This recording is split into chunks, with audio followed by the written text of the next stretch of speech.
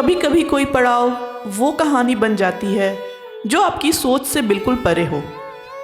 जयपुर की उन गुलाबी गलियों से निकलकर कुछ ही किलोमीटर के इस सफ़र में हमने भी कहाँ ही सोचा था, पर जो मिला उसने हमारा पूरा प्लान ही बदल दिया।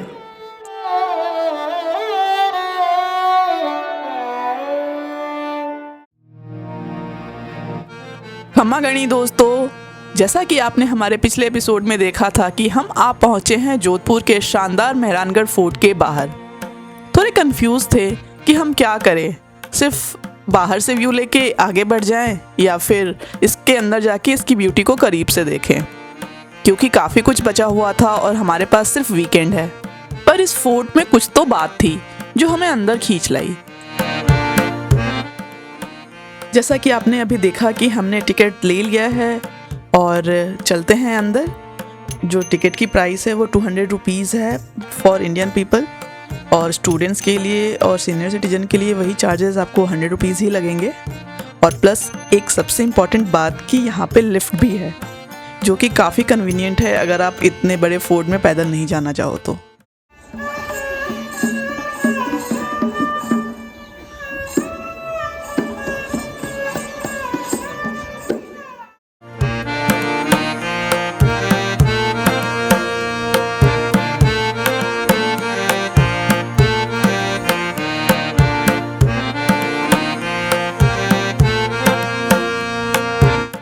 वैसे तो हमने राजस्थान में काफ़ी सारे फोर्ट्स एक्सप्लोर किए हैं, बट ऑनेस्टली सेइंग तो मेहरानगढ़ फोर्ट का एक्सपीरियंस अलग ही है।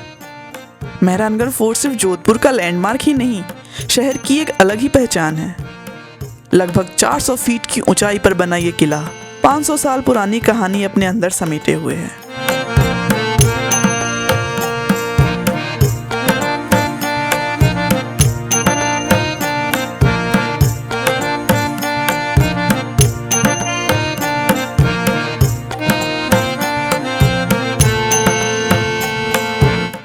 कहते हैं इसे राव जोधा ने 1459 में बनवाया था, और तब से ये किला जोधपुर के ऊपर एक साइलेंट गार्डियन की तरह खड़ा है। जैसे जैसे हम अंदर बढ़ते जाते हैं, हर गेट, हर दीवार किसी न किसी जंग या जीत की कहानी सुना रही होती है।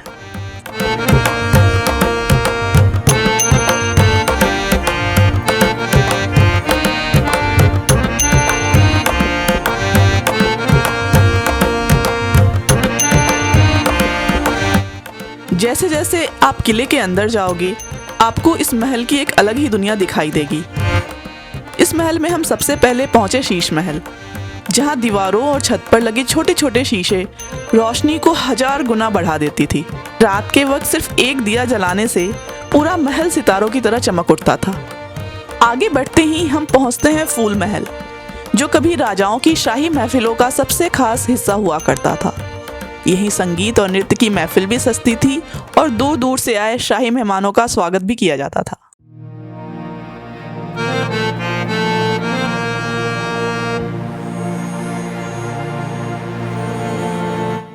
और फिर आता है मोती महल, मेहरानगढ़ का सबसे बड़ा और सबसे शानदार दरबार हॉल। यहीं राजा बैठकर अपनी प्रजा की बात सुनते थे और राज्य के बड़े फैसले भी यहीं लिए जाते थे।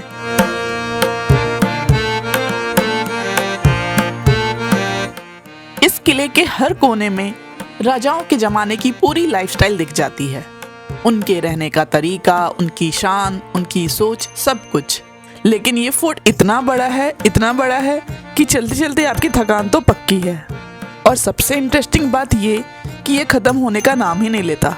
लेकिन हर मोड़ पर, हर कोर्टयार्ड में इसकी खूबसूरती एक नए अंदाज में सामने आती है।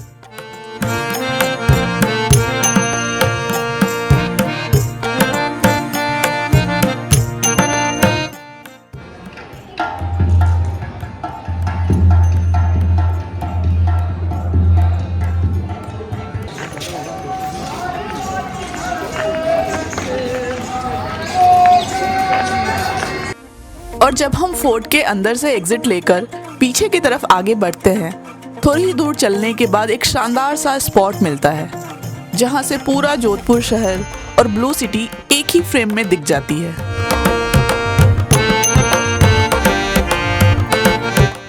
और इस व्यू के बाद थोड़ा आगे बढ़ते ही एक देवी का मंदिर है, जहां पहुंचते ही एक अलग ही शांति और डिवोशनल फीलिंग मिलती है।